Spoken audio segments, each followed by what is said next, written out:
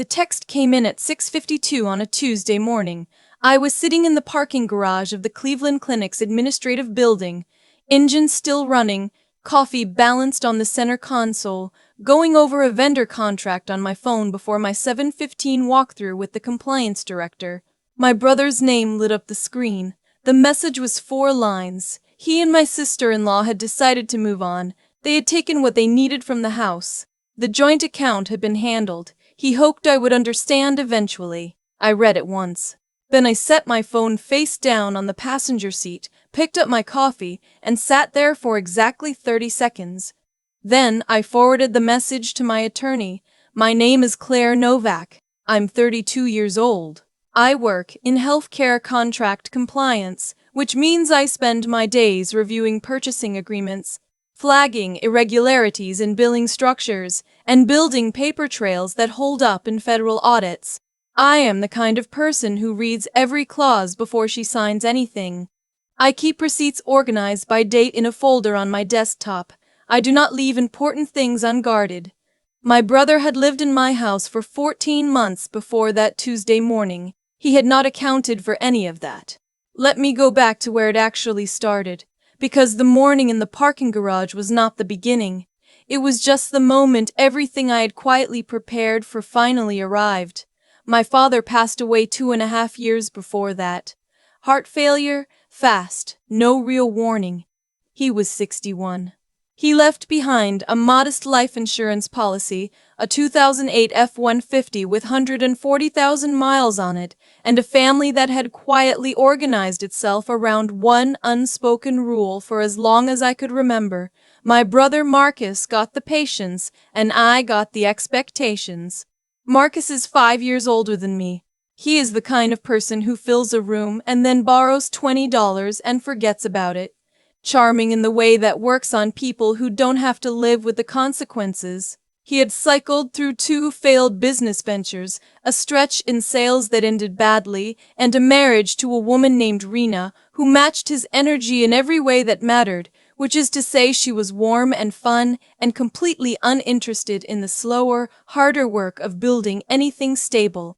My parents spent years absorbing the shortfalls, a loan here, a rent payment there, nothing ever said out loud, just the family adjusting quietly around Marcus the way water adjusts around a stone. I had put myself through Ohio State on a combination of academic scholarship and weekend waitressing shifts. Graduated without debt, built a career, bought a house in Westlake at 29, a 3-bedroom colonial with a finished basement and a backyard that needed work, which I liked because it gave me something to do on weekends. My mother came to the closing. She brought a card that said she was proud of me. It was the most direct thing she had said to me in years. When my father died, Marcus was between addresses. He and Rena had been renting a place in Akron that they were already behind on. My mother called me the week after the funeral and said she was worried about him. That he was struggling. That it would just be for a few months, just until he could find his footing. The spare room was already furnished, and I was grieving too in the quieter way that nobody around me seemed to notice or account for. So I said yes. The first few months were fine, the way the first few months of any bad arrangement are fine because everyone is still performing the version of themselves that justifies being there. Marcus helped with yard work occasionally. Rena cooked twice a week. Big elaborate meals that made the house smell good and created a warm illusion of contribution. I told myself it was temporary. I paid the mortgage, I paid the utilities. I bought the groceries, I covered the property taxes and the homeowner's insurance. I handled my father's remaining estate paperwork in the evenings after work, the way you handle things when you are the one who handles things. The few months became 8, then 12. Then Marcus started talking about a business idea, something in logistics. He just needed a little more time to get the structure right. Rena got a part-time job at a spa that she mentioned often and that seemed to require significant spending on professional attire. I paid the cable bill. I paid for the new water heater when the old one gave out in October. I did not say anything about the shoes I saw in shopping bags in the hallway. The signs started small. They always do. Marcus began asking questions about my banking setup in a way that felt just slightly off. Casual, folded into other conversation, easy to dismiss.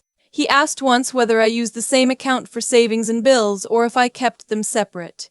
He asked about my credit union, whether it had good online access. I told him I kept things separate and changed the subject. I told myself he was thinking about setting up his own accounts finally.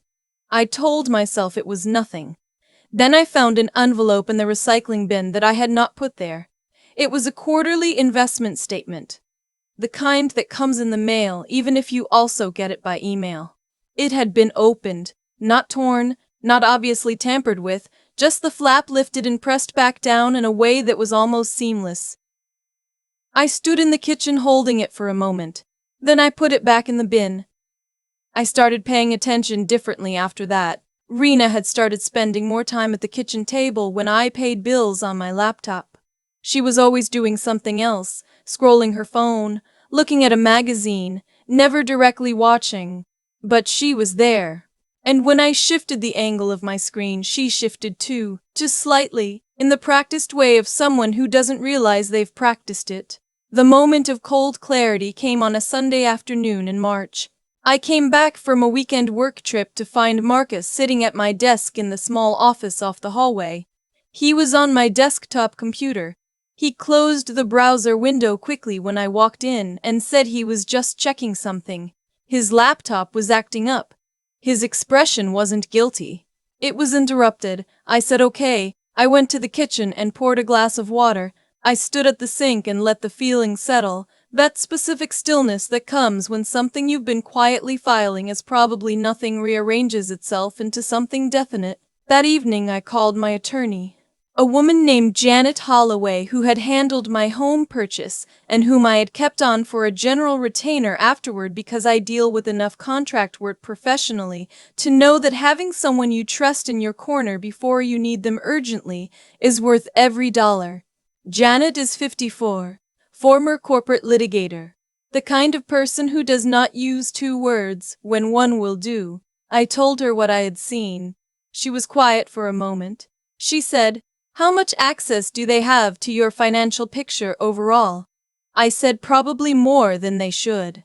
She said, "Then we start now." That was the beginning of 4 months of careful, quiet work. Janet brought in a forensic accountant named Howard Briggs, 20 years in fraud investigation, who reviewed my records over 2 weeks and identified that Rena had successfully accessed a secondary checking account I had set up for household expenses, one that Marcus had legitimate knowledge of. She had been making small, irregular withdrawals over 5 months. The amounts were low enough to avoid automatic flags individually. The pattern only became visible in aggregate. The restructuring was methodical. I moved my primary savings to a new account at a different institution entirely, one neither Marcus nor Rena had any knowledge of. What remained in the household account was a structured balance, enough to look like a real account, but arranged so that any transfer above a certain threshold would trigger a review process and create a documented paper trail with federal jurisdiction implications if the funds crossed state lines. I updated every password. I enabled two-factor authentication on everything.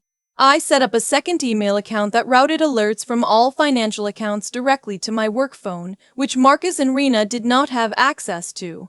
I had a professional security company install an upgraded system in the house. Full interior and exterior coverage, private cloud backup they had no awareness of. I kept the same visible panel in the hallway so nothing appeared to change. I went through the house methodically one weekend when Marcus and Rena were visiting friends. I photographed every item of value, the furniture, the electronics, the jewelry my grandmother had left me, the painting in the living room I'd bought at a gallery in Pittsburgh for $800 that had appreciated significantly, serial numbers, purchase records, insurance valuations. Several items I had reason to believe Rena had been researching, based on the browsing history of the household tablet that lived on the coffee table and that both of them used regularly and assumed was not being monitored. It was being monitored. 3 of those items I quietly replaced with insured replicas after confirming through a specialist that the insurance documentation would hold. The originals I moved to a secure storage unit in a different part of town under a name Rena had never heard. I removed Marcus from the household expense account entirely and replaced it with a prepaid card with a $300 limit and real-time transaction alerts sent directly to my phone. Then I waited. The compliance trip to Cleveland had been on my calendar for 6 weeks. I told Marcus and Rena about it 9 days in advance. I watched their reactions carefully. Marcus nodded and asked what day I was leaving. Rena said that was great. They might have some friends over while I was gone, if that was okay. Both responses were slightly off in a way I couldn't have articulated to anyone who hadn't been watching as long as I had. I left on a Monday morning. I told them I'd be back Thursday. I was in the parking garage on Tuesday morning when the text came in. I forwarded it to Janet. Then I called the fraud contact at my new institution, a senior specialist named Gregory Walsh. A relationship Janet had established 6 months earlier specifically for this contingency. Then I opened the security app on my phone and pulled up the previous 12 hours of footage. They had started at 9:40 the night before. The moving truck arrived at 7:15 that morning. 2 men I didn't recognize, and Marcus loading furniture, electronics boxes, the framed prints from the hallway, the kitchen appliances I brought from my last apartment, the jewelry case from my bedroom. Rena's voice came through the audio in the living room at one point, clear enough to catch on the recording. She said, "Don't worry about the books or the garage stuff. We're not going to have room." I closed the app. I got out of the car. I walked into my 7:15 meeting and I did my job because that is what I do. By that evening, Janet had filed emergency notices with Westlake PD's Property Crimes Unit, my bank's fraud division, and a federal reporting channel. The movement of property across state lines, which Marcus confirmed in a follow-up text asking if I had a preference for what to do with the pieces they couldn't fit, triggered jurisdiction under federal wire fraud and interstate theft statutes. A detective named Bryce Callahan was assigned within 24 hours. Gregory Walsh confirmed by late afternoon that the account they had targeted was frozen pending investigation. The transfer Rena had initiated that morning, which was significantly larger than anything she had attempted before, had processed directly into a review queue. The funds were inaccessible. The paper trail attached to every digit. Janet also had a contact pull the forwarding address Marcus had submitted at the post office 2 days earlier. He had listed a rental in Columbus. I flew home the next morning. I unlocked the front door at 10:48 and stood in the entry for a moment. The living room rug was gone. The couch was gone. The framed photograph of my parents at their 30th anniversary was gone from the wall above the console table, which was also gone. The hooks by the door where I hung my coat and Marcus had hung his were bare. The house smelled like packing tape and the particular emptiness of a place that has been stripped of everything that made it feel inhabited. I put on nitrile gloves. Janet had told me to treat the house as a potential evidence scene. I photographed every room, every empty bracket, every drawer left half open. In the kitchen, the good knife block was gone. The espresso machine was gone. On the counter, they had left a folded note. Marcus's handwriting. It said they had taken what they were owed, and they hoped I would eventually be able to see it that way. I photographed the note in place. Then I photographed it open. Then I put it in a paper bag for Janet. Underneath the note was a drawer they had gone through looking for something, probably cash. I didn't keep cash in kitchen drawers. I kept a small amount in an envelope in the utility closet behind the cleaning supplies. That was also gone. What they had not found was the external hard drive taped inside the false bottom of the filing cabinet in my office, which contained backup copies of every document relevant to the case, or the second envelope behind the water shutoff panel in the basement, which I had placed there 6 weeks earlier and which contained a handwritten index of every account number, asset valuation, and attorney contact, sealed and dated. I photographed that too, in place before I removed it. Then I went to the kitchen, ran the tap, and drank a glass of water. It was the one thing they hadn't thought to take. Marcus called at 5:17 that evening. I let it go. He called again at 5:43. Rena called at 6,002. The third time Marcus called, I answered. He did not say hello. He said something had gone wrong with the transfer and the account was showing frozen and I needed to fix it. What transfer? I said. Don't do this, he said. I'm not doing anything, I said. I was in Cleveland until this morning. I just got home. The card isn't working either, he said. Neither is the other one. I looked out the window. My neighbor across the street was walking his dog. The same walk, the same route, the same Tuesday evening it had been. Every Tuesday evening for the 3 years I had lived on that block. I don't know what to tell you, I said. Rena got on the line. Her voice was different from the voice in the security footage. Tighter, higher. She said I was being vindictive and that they had contributed to this household and that what I was doing was not legal. I said, "Put what you just said in writing and send it to me." She hung up. Janet laughed when I told her that part. What followed was not fast or dramatic. Real legal process is scheduled calls and uploaded documents and exhibit numbers and waiting. Detective Callahan reviewed the security footage, the audio recording, Gregory's financial documentation, the text message thread, and the handwritten note in a single session. When he finished, he looked at me and said the documentation was unusually complete. I said it's what I do for work. He said he could tell. The criminal charges were filed 6 weeks later. Marcus was charged with felony theft and financial fraud. Rena faced additional charges related to the unauthorized account access, which Howard's documentation tied directly to her through device identifiers and transaction timestamps. This was not a civil settlement. This was the actual consequence. The restitution process ran alongside the criminal case. Between the frozen account recovery, the insurance claims on the removed and damaged property, and the court-ordered restitution, I recovered just over 92% of what had been taken. Real losses leave permanent marks. The anniversary photograph of my parents did not come back. Marcus said he didn't know where it had ended up. I believe that is the only true thing he said throughout the entire process. I rebuilt the house the way I'd always wanted it to look, without someone else's things filling the space. New couch, different color. The living room rug I had wanted when I first moved in, but hadn't bought because Marcus said it was too expensive. I turned the spare bedroom into a proper home office with a standing desk and a second monitor and a door that locks. The room that had held 14 months of someone else's instability and my own patient, unacknowledged labor became the room where I built 3 new client contracts and cleared my most financially productive quarter to date. That was my favorite part. I'll say that plainly. My mother called me about 6 weeks after the criminal charges were filed. She said she didn't understand why I hadn't handled it within the family. She said Marcus was going through a hard time. She said that whatever he had done, this was not the answer. I thought about that for a moment. I thought about the 11 years of being the one who was reliable, the one who was fine, the one who showed up and managed and paid and stayed. I thought about the resealed statement in the recycling bin. I thought about Rena's voice on that recording saying, "Don't worry about the books." I said, he took things that didn't belong to him. I documented it. The system is doing what it's supposed to do.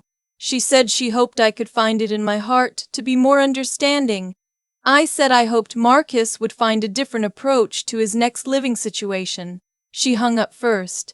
Here is what I want to say directly, because I've thought about how to frame it, and I keep coming back to the same thing. I did not set a trap. That is the story Marcus told his attorney, and probably the story he tells himself.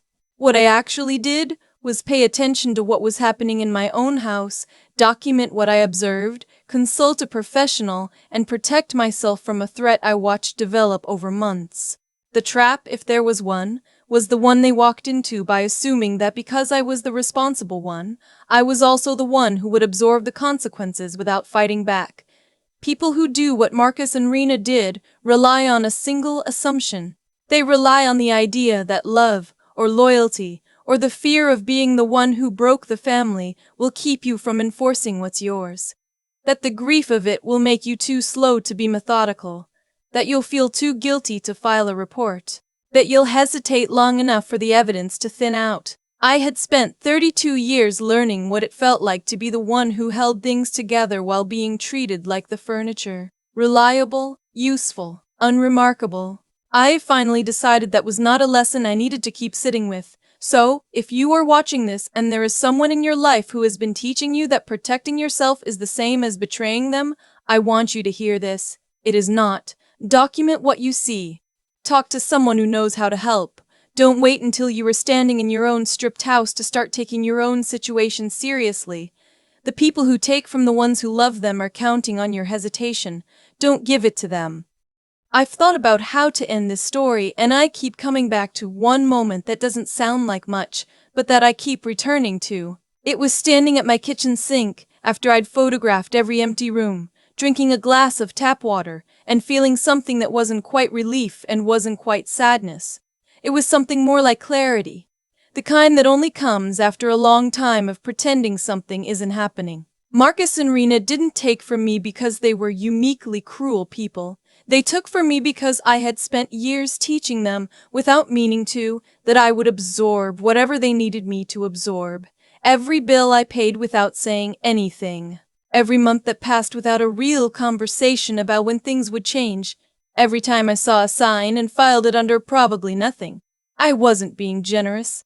I was being conflict avoidant, and I dressed it up as generosity, so I didn't have to look at what I was actually doing. That's the part that took me a while to sit with honestly. The actions Marcus and Rena took were their own choices, and they are facing the consequences of those choices. But I had a role in creating the conditions, not because I was stupid or naive, because I had been taught, the way a lot of people are taught, that keeping the peace is a virtue, that being the reliable one is something to be proud of, that if you just keep holding things together, eventually it will be recognized and reciprocated. It isn't always. Some people do not have the capacity or the intention to reciprocate, and the moment you understand that about a specific person, the most intelligent thing you can do is stop waiting for a different outcome and start protecting yourself, not out of bitterness, out of basic self-respect. What I did over those 4 months wasn't revenge. I want to be clear about that, because I think the word revenge makes it sound emotional, and it wasn't emotional. It was methodical. It was the same skill set I use at work every day. Observe carefully, document what you see, consult someone who knows more than you do, and build a structure that holds. The difference was that this time I was applying it to my own life instead of a hospital's vendor contracts. The outcome was not perfect. 92% recovery sounds good until you're looking at the empty wall where your parents' anniversary photo used to hang. That photograph did not come back. It probably never will. And there is a version of the loss that nothing legal or financial can fully address, which is the 14 months I spent being patient with people who were, the entire time, planning to leave the way they left. But here is what I know now. Intelligence without the willingness to act on what you observe is just a more sophisticated way of staying stuck. Doing the right thing, the careful thing, the documented thing, is its own kind of strength. It requires more discipline than anger does. And the life I built in those rooms after Marcus and Rena left, the office with the door that locks, the rug I'd always wanted, the 3 new client contracts, that life is entirely mine in a way the house never quite felt when I was sharing it with people who didn't value what it cost me to keep it. The people who take from the ones closest to them are counting on your hesitation.